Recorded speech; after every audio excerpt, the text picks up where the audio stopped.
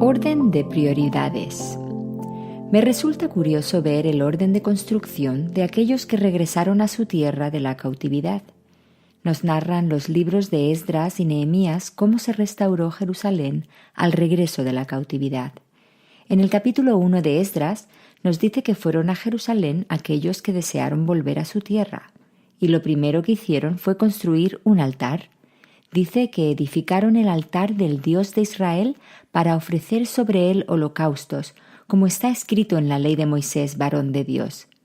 En ese altar pudieron ofrecer los holocaustos que correspondían a cada día, y además de esto, el holocausto continuo y los sacrificios voluntarios y espontáneos.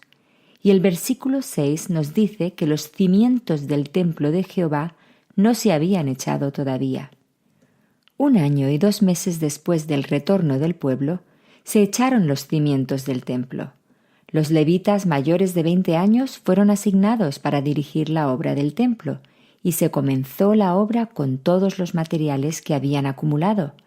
Esdras 3 nos narra sobre la construcción del templo y nos dice que en primer lugar se habían preparado todos los materiales. El versículo 7 dice que dieron dinero a los albañiles y carpinteros, asimismo comida, bebida y aceite a los sidonios y tirios para que trajesen madera de cedro desde el Líbano por mar a Jope, conforme a la voluntad de Ciro, rey de Persia, acerca de esto. Recientemente estuve visitando la ciudad de Jope, con sus calles antiguas y su puerto. Puedo imaginar el puerto lleno de barcos procedentes de Tiro y Sidón, llenos de la madera del Líbano, para la construcción del templo, la casa de Dios en Jerusalén. Y nos narra el mismo capítulo que cuando los albañiles del templo de Jehová echaron los cimientos, pusieron a los sacerdotes vestidos de sus ropas y con trompetas, y a los levitas hijos de Asaf con címbalos, para que alabasen a Jehová, según la ordenanza de David, rey de Israel. Fíjate, siguieron las instrucciones del rey David, el cual preparó todo para que su hijo después de él edificara el magnífico templo de Salomón. Ahora, siglos más tarde, estos hombres tenían la solemne tarea de reconstruir el templo y vemos que sentían esta gran responsabilidad. Los levitas cantaban, alabando y dando gracias a Jehová, diciendo: porque Él es bueno, porque para siempre es su misericordia sobre Israel. Y todo el pueblo aclamaba con gran júbilo, alabando a Jehová, porque se echaban los cimientos de la casa de Jehová. Y muchos de los sacerdotes, de los levitas y de los jefes de casas paternas, ancianos que habían visto la casa primera, viendo echar los cimientos de esta casa, lloraban en alta voz, mientras muchos otros daban grandes gritos de alegría, y no podía distinguir el pueblo el clamor de los gritos de alegría de la voz del lloro, porque clamaba el pueblo con gran júbilo, y se oía el ruido hasta de lejos. Puedo imaginar la escena. Los ancianos que habían servido y alabado a Dios en el templo de Salomón lloraban por varios motivos: de emoción al darse cuenta del significado de este momento, de lo que habían sufrido por la rebeldía colectiva del pueblo, y de ver que este templo, aunque hecho con todo el deseo y dedicación, no podría reemplazar aquel templo en el que ellos habían adorado a Dios. Los jóvenes, que jamás habían visto el templo, estaban gozosos y entusiasmados de ver que por fin serían libres, estarían en su propia tierra y servirían en este templo a Jehová, Dios de Israel. La construcción del templo era un símbolo de su nueva libertad. Y así vemos que se juntaron las lágrimas agridulces de los mayores con la alegría de los jóvenes en una voz de júbilo que se podía oír desde lejos. Mas poco después de haber iniciado la obra, hubo un periodo en el que se paralizaron las obras por la oposición que recibieron de los gobernantes del lugar.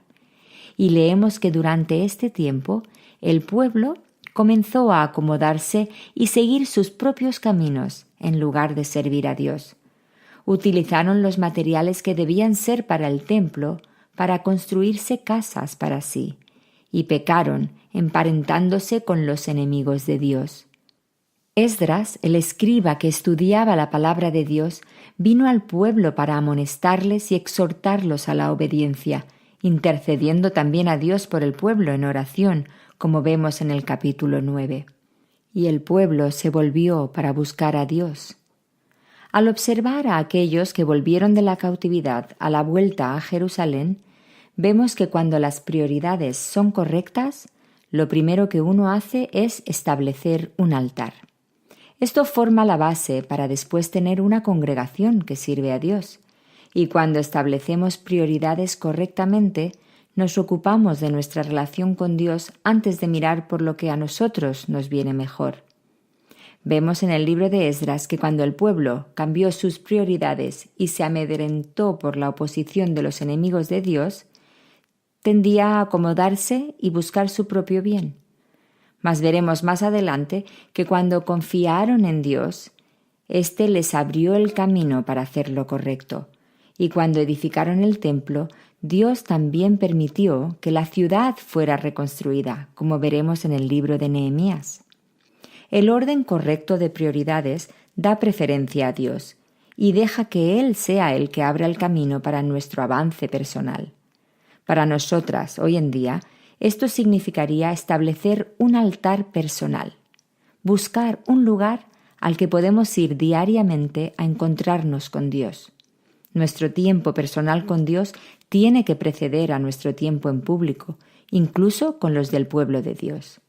Nuestra adoración personal al Dios de los cielos nos prepara para poder adorar con otros, formando parte de una congregación de cristianos en nuestra iglesia local. Y cuando seguimos el orden de prioridades, Dios proveerá morada para nosotros y suplirá nuestras necesidades.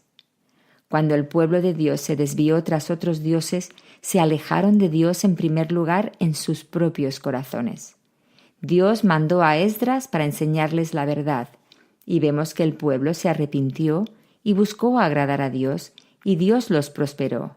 Así también, mantengamos nosotras los ojos en las verdades establecidas por Dios y sigamos un orden de prioridades sano, como leemos en Mateo 6:33, buscando el reino de Dios primero, porque todo lo demás nos será dado por añadidura.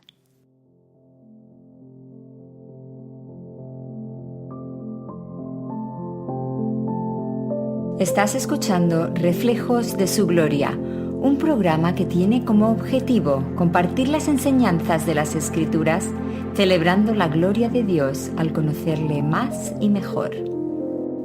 Te animo a indagar conmigo, comenzando con un viaje a través de la Biblia, viendo no solamente la historia, sino descubriendo a la persona del Mesías, reflejada en las páginas de las Escrituras de principio a fin.